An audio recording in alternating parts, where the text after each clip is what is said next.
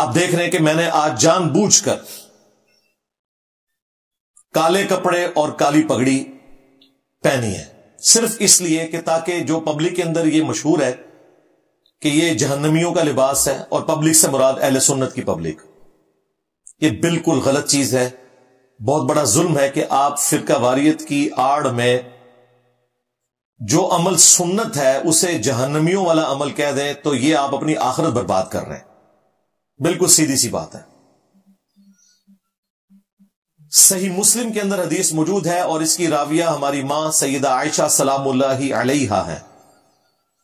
وہ کہتی ہیں کہ نبی صلی اللہ علیہ وآلہ وسلم اپنے گھر سے ایک دن اس حال میں برآمد ہوئے کہ آپ نے ایک کالے رنگ کی چادر اوڑھی ہوئی تھی، منقش، جس کے اوپر اونٹ کے کجاووں کی شکل کی ہنڈیا نما ڈیزائننگ بھی ہوئی تھی۔ اتنے میں حسن ابن علی آئے اور نبی الاسلام نے اپنی مبارک چادر کے نیچے انہیں لے لیا، پھر حسین ابن علی، پھر سیدہ فاطمہ، اور پھر سیدنا علی، ان چاروں کو اپنے ساتھ چادر کے نیچے لیا۔ یہ کتنا غیر معمولی واقعہ ہے۔ اور راویہ کون ہے؟ اما عائشہ، اگرچہ وہ اس چادر کے نیچے نہیں ہے، پھر بھی انہوں نے اہل البیت کی شان بیان کرتے ہوئے کوئی کنجوسی نہیں کی۔ امہات المومنین بھی اہل البیت میں ہیں آنری طور پر، لیکن اصلاً اہل البیت وہ ہیں جو نبی الاسلام کے خون کے دودھ کے رشتے کے لوگ ہیں۔ دونوں کو ہم اہل البیت مانتے ہیں الحمدللہ، ہم نہ رافضی ہیں اور نہ ناصبی ہیں۔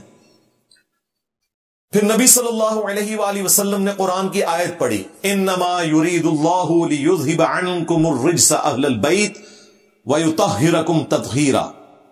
اے نبی کے گھر والو، اللہ تو بس اتنا ہی چاہتا ہے کہ تم سے ہر طرح کی ناپاکی دور کر دے اور تمہیں خوب صاف ستھرا کر دے۔ یہیں سے وہ پنجتن پاک کا کانسیپٹ آیا، اسے حدیث کسا کہتے ہیں۔ یہ اہل سنت کے ہاں بھی ہے، اہل تشیع کے ہاں بھی۔ چادر والی حدیث، پنجتن پاک کا کانسیپٹ آیا۔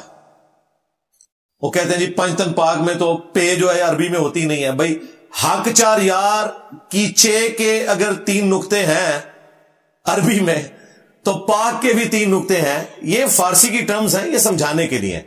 ہم الحمدللہ حق چار یار کو بھی مانتے ہیں، سیدنا ابوبکر، عمر، عثمان و علی رضی اللہ عنہم اجمعین وعلیہم السلام اجمعین، خلفائے راشدین کو، اور پنجتن پاک کو بھی مانتے ہیں الحمدللہ۔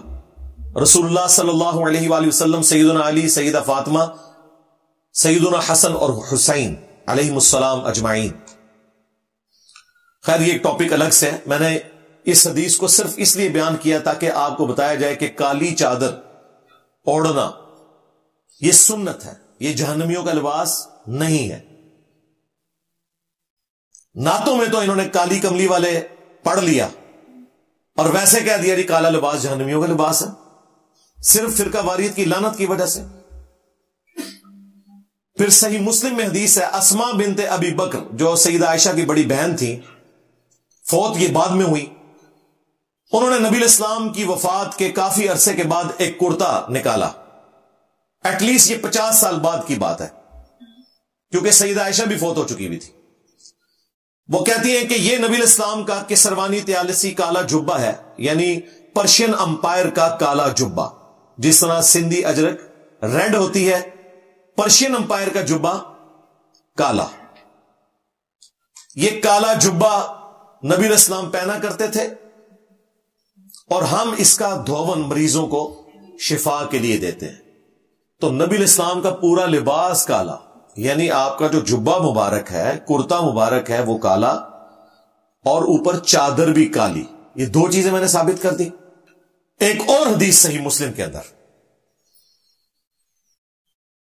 ایک صحابی کہتے ہیں کہ مجھے وہ منظر آج بھی یاد ہے، گویا کہ میں رسول اللہ کو دیکھ رہا ہوں کہ آپ صلی اللہ علیہ وآلہ وسلم ممبر پہ اس حال میں آئے کہ آپ نے کالی پگڑی پہنی ہوئی تھی۔ نبی الاسلام جمعے کا خطبہ کالی پگڑی میں دیا کرتے تھے، جنگ کے موقع کے اوپر کالی پگڑی باندھا کرتے۔ ایک اور حدیث صحیح مسلم میں جابر بن عبداللہ کہتے ہیں نبی الاسلام فتح مکہ کے دن اس حال میں مکہ شریف میں داخل ہوئے کہ آپ نے احرام نہیں پہنا ہوا تھا اور کالے رنگ کی پگڑی آپ نے سر مبارک پہ پہنی ہوئی تھی۔ تو کالے رنگ کی پگڑی، چادر، جبہ، سب کچھ ثابت ہو گیا. پھر کالے جھنڈوں کے اوپر تو یہاں لوگوں نے کتنی تنظیمیں بنا لی، جو مسند احمد میں ایک کمزور روایت ہے لیکن اس کی صحیح سند موقوفاً المستدرک للحاکم میں موجود ہے، مشکات میں بھی یہ روایت موجود ہے. ثوبان جو صحابی تھے نبی الاسلام کے آزاد کردہ غلام، ان کا قول صحیح سند کے ساتھ ہے کہ نبی صلی اللہ علیہ وآلہ وسلم نے فرمایا، وہ کہتے ہیں کہ جب تم خراسان سے کالے جھنڈے آتے ہوئے دیکھو تو ان کا استقبال کرنا، ان میں اللہ کا خلیفہ مہدی ہوگا. یعنی خلیفۃ اللہ مہدی کا جھنڈا بھی کالا ہوگا. تو جہنمیوں کے ساتھ اس کا کوئی لینا دینا نہیں ہے. یہ جعلی روایتیں ہیں، خام خواہ خود سے گھاڑ کے منسوخ کر دی گئیں، اور جو حدیثیں بخاری مسلم میں لکھی ہوئی تھی انہیں انہوں نے پس پش ڈال دیا. یہ میں نے آپ کو اس فرقہ وارانہ دیگ کا ایک چاول کا دانہ آپ کو چکھایا ہے. یعنی کالے رنگ کے اوپر کتنی بڑی ایک پالیٹکس کھڑی ہوئی ہے. ان بے شرموں کو یہ شرم نہیں آئی کہ غلاف کعبہ کالا ہے.